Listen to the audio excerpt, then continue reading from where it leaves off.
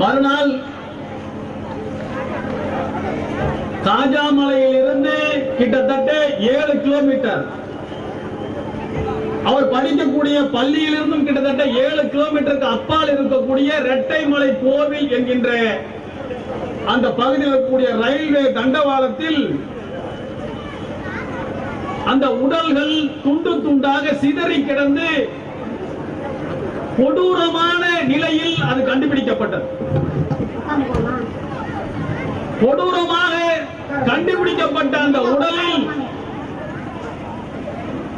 பார்த்த மாத்திரத்திலேயே பல்வேறு சந்தேகங்களை அனைவருக்கும் ஏற்படுத்தக்கூடியது.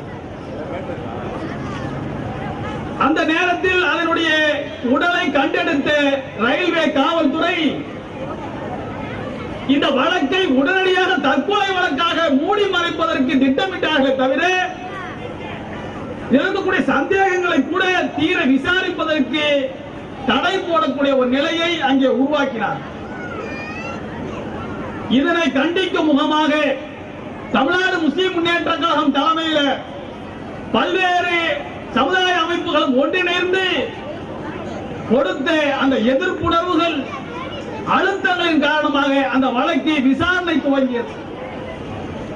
ஒரு 13 வயதே நிரம்பிய ஒரு பள்ளி மாணவி, ஒரு சிறுமி, அதுவும் அவருடைய தகப்பனார் வெளிநாட்டிலே உள்நாட்டிலே வாய்ப்பு இல்லாமல் வெளிநாட்டிலே சென்று வேலை செய்து அந்த குடும்பத்தை காப்பாற்ற வேண்டிய ஒரு நிலை.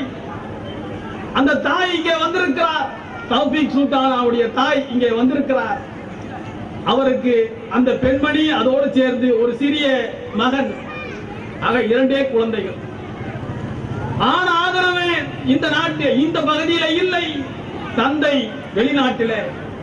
இதையெல்லாம் அறிந்த அந்த கொடூரர்கள் தினசரி பள்ளிக்கு சென்று படித்துவிட்டு திரும்பக்கூடிய அந்த சிறுமியை 13 வயது அப்பொழுதுதான் தொட்டிருக்கிறார், 12 வயதை கடந்து அந்த சிறுமியை திட்டம் போட்டு கயவர்கள் கொடூரமாக பாலியல் வல்லுறவுக்கு ஆட்படுத்தி கொண்டிருக்கிறார்கள் என்பதை நம்மால் அறுதியிட்டு உறுதியாக சொல்லக்கூடிய அவருக்கு ஒரு கொடூரம் நடந்திருக்கிறார். அவருடைய வீட்டுக்கு சென்று ஆறுதல் சொல்லிவிட்டு அந்த படுகொலை நடந்த அந்த ரயில்வே டிராக்குக்கு போகணும், அந்த பகுதிக்கு போகணும். போய் பார்க்கும் போது அந்த பகுதிக்கு அந்த பெண்மணி தனியாக நடந்து போவதற்கு வாய்ப்பே இல்லை. இரட்டைமலை கோவில் என்கின்ற ஒரு கோவில் இருக்கிறது, 2 பெரிய மலைகள் இருக்கிறது. அந்த பகுதிக்கு போய் பார்த்தாலே தெரியும், சமூக விரோதிகளும் இது போன்ற காம கொடூரர்களும் ஒதுக்கக்கூடிய ஒரு இடமாக அந்த மலை இருக்கிறது என்பதை நேரடியாக பார்த்து அனைவரும் ஒத்துக்கொள்வார்கள். அந்த அளவுக்கு ஒரு அடர்ந்த ஒரு பகுதியாக இருக்கிறது. அந்த பகுதிக்கு இந்த பெண்ணை அழைத்து சென்று இந்த நிலைக்கு ஆளாக்கிய கொடூரர்கள் யார் என்பதுதான் கேள்வி. இந்த கொடுமை நடந்து இன்றைக்கு 1 மாதத்தை நெருங்கிக் கொண்டிருக்கக்கூடிய நிலையில இன்னும் கூட குற்றவாளிகள் கைது செய்யப்படாதது எவ்வளவு பெரிய கொடூரம்.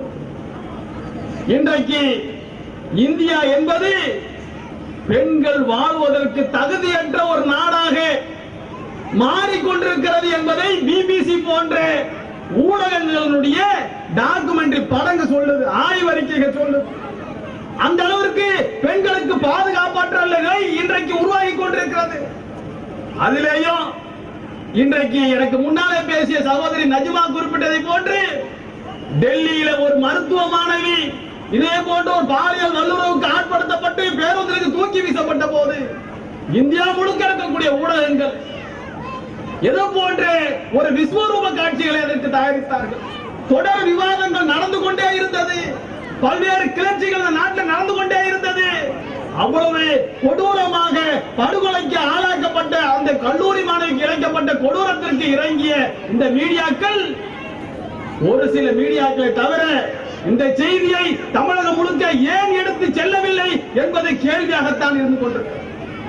இன்றைக்கும் பார்க்கிறோம், 1 மாதம் நெருங்கிக் கொண்டிருக்கிற நிலையில ஒரு 4 நாட்கள் 5 நாட்களுக்கு முன்னால் சிபிசிஐடி விசாரணைக்கு இந்த வழக்கு மாற்றப்பட்டது. மாற்றப்பட்டு எந்த முன்னேற்றமும் எங்களுக்கு தெரியவில்லை. அரசு அதிகாரிகள் தெரியலாம், ஆனால் எந்த முன்னேற்றமும் இதுவரைக்கும் வெளிப்படாத நிலையில தான் தமிழ்நாடு முஸ்லிம் முன்னேற்ற கழகம் இன்றைக்கு இந்த மாபெரும் ஆர்ப்பாட்டத்தை திருச்சியில் மட்டுமல்ல சென்னையிலும் நடத்தி கொண்டிருக்கிறது. அங்கே இதைவிட பல மடங்கு கூட்டம் அங்கே இந்த அநீதிக்கு எதிராக போர்க்குரல் எழுப்பிக் கொண்டிருக்கிறது. நாம் சொல்வதெல்லாம் இந்த நாட்டிலே வாழக்கூடிய பெண்களுக்கு ஒரு பாதுகாப்பு வேண்டும், ஒரு பாதுகாப்பு நிறைந்த மாநிலமாக தமிழகம் மாற வேண்டும். அதற்கு என்னெல்லாம் வழிவகைகள் இருக்கிறதோ அனைத்து வழிவகைகளையும் செய்ய வேண்டும். இன்றைக்கு சினிமாக்களும் தொலைக்காட்சிகளும் பெண்களை ஒரு கண்ணிய பொருளாக பார்க்காமல் ஒரு கண்ணியம் நிறைந்த ஒரு ஆத்மா உயிர் உள்ள ஒரு பெண்மணியாக ஒரு உரிமை உள்ள பெண்களாக அவரை பார்க்காமல் ஏதோ போக பொருட்களை போன்று ஒரு பொருட்களை போன்று பயன்படுத்தக்கூடிய கொடூரத்தை இன்றைக்கு சினிமாவிலே பார்க்கிறோம், இன்றைக்கு தொலைக்காட்சியிலே பார்க்கிறோம்.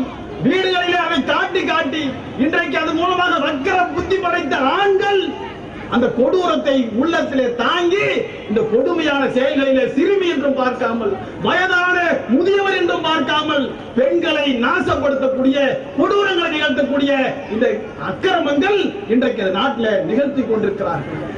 இதற்கு எதிராக மிகப்பெரிய தடைகள் கொண்டு வரப்பட வேண்டும். சினிமாக்களாக இருந்தாலும் சரி, தொலைக்காட்சி தொடர்களாக இருந்தாலும் சரி, தொலைக்காட்சி நடத்தக்கூடிய நிகழ்ச்சிகளாக இருந்தாலும் சரி, ஒரு கட்டுப்பாட்டை கொண்டு வர வேண்டும். பெண்களுக்கு கண்ணியம் என்பது அவர்கள் உடுத்தக்கூடிய உடையில இருக்கிறது, அவர்களுக்கான கண்ணியமான நிலைகள் இருக்கிறது என்பதை இன்றைக்கு அது போன்ற வக்கர புத்தி படைத்த அந்த ஆண்களுக்கு உணர்த்தக்கூடிய வகையில அந்த பெண்களும் அது போன்ற உடை உடுத்தக்கூடியவர்களாக சினிமாக்களில தொலைக்காட்சிகளிலே காட்டப்பட வேண்டும்.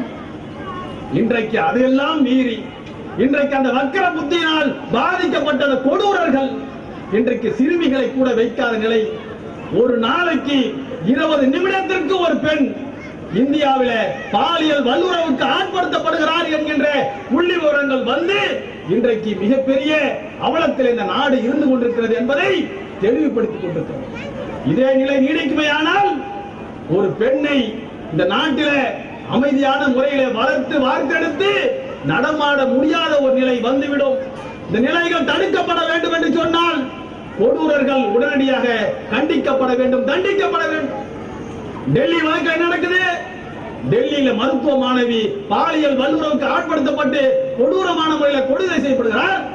அதில் ஈடுபட்டவர் 17 வயது.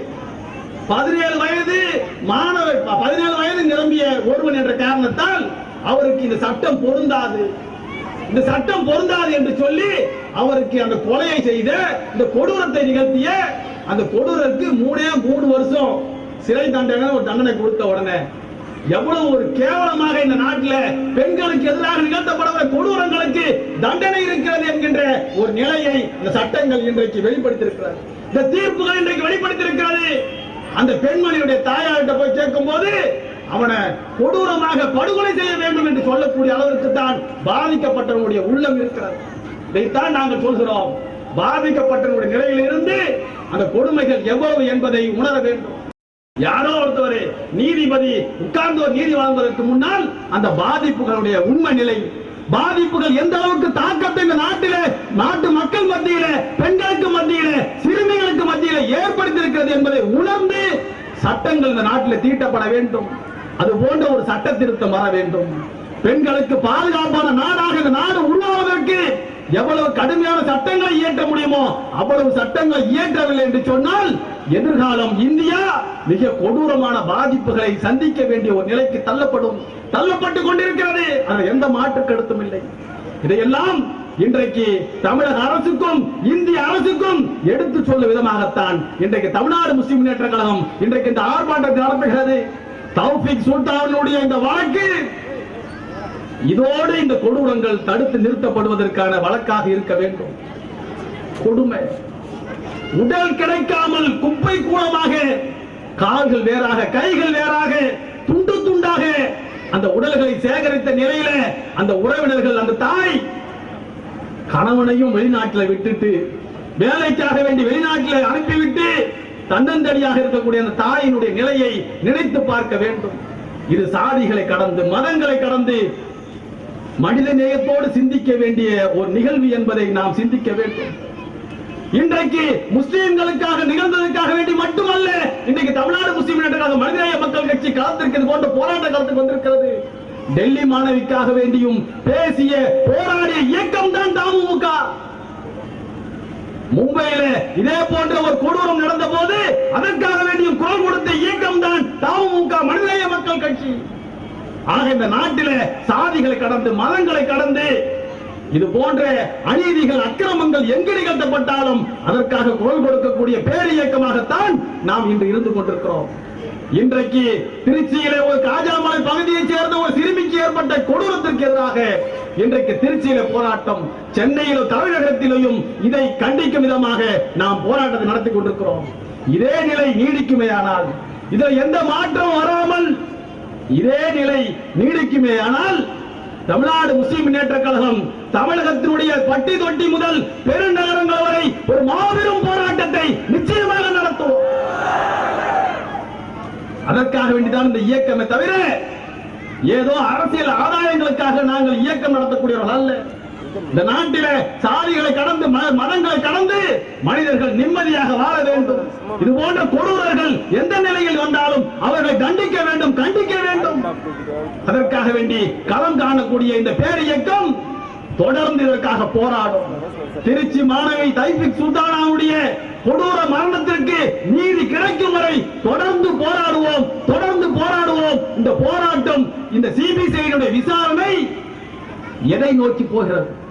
நேற்றைய தினம் கூட துண்டு பிரசுரம் விநியோகிக்கப்படும் போது அந்த பகுதியில் பேசிக் கொண்டிருந்த கல்லூரி மாணவர்கள் 2 பேர் ஒரு செய்தியை சொல்கிறார்கள்.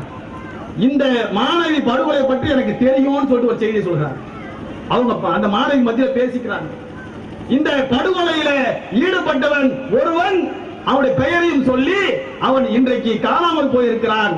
அந்த படுகொலை நடந்ததிலிருந்து அவனை இந்த பகுதியில் காணவில்லை என்று அதே காஜாமலை பகுதியைச் சேர்ந்த 2 மாணவிகள் பேசிக் கொண்டிருந்ததை கேட்டுவிட்டு நம்முடைய தொண்டர்கள் அந்த பெண்களிடத்தில் பேசியிருக்கிறார்கள். அவர்கள் பயந்து போய் அதை சொல்வதற்கு மறைத்து விட்டு சென்றிருக்கிறார்கள். இந்த அளவுக்கு செய்திகள் சாதாரண தெருக்களில பேசப்பட்டுக் கொண்ட நிலையில காவல்துறையும் உளவுத்துறையும் என்ன செய்து கொண்டிருக்கிறது என்பதுதான் நம்முடைய கேள்வி. என்ன செய்து கொண்டிருக்கிறது? எதை நோக்கி போய் கொண்டிருக்கிறது? இதுக்கு வேறு ஏதாவது ஒரு மாற்று காரணங்களை சொல்லி இந்த கொலையை மூட நினைத்தால் நிச்சயமாக ஒரு காலத்திலும் இதற்கு நீதி கிடைக்கும் வரை ஓய மாட்டோம், உறங்க மாட்டோம். தமுமுக தொடர்ந்து போராடும் என்பதை இந்த நேரத்தை தெரிவித்து நிறைவு செய்கிறேன். நன்றி. அஸ்ஸலாமு அலைக்கும் வரஹ்மத்துல்லாஹி வபரகாத்துஹு.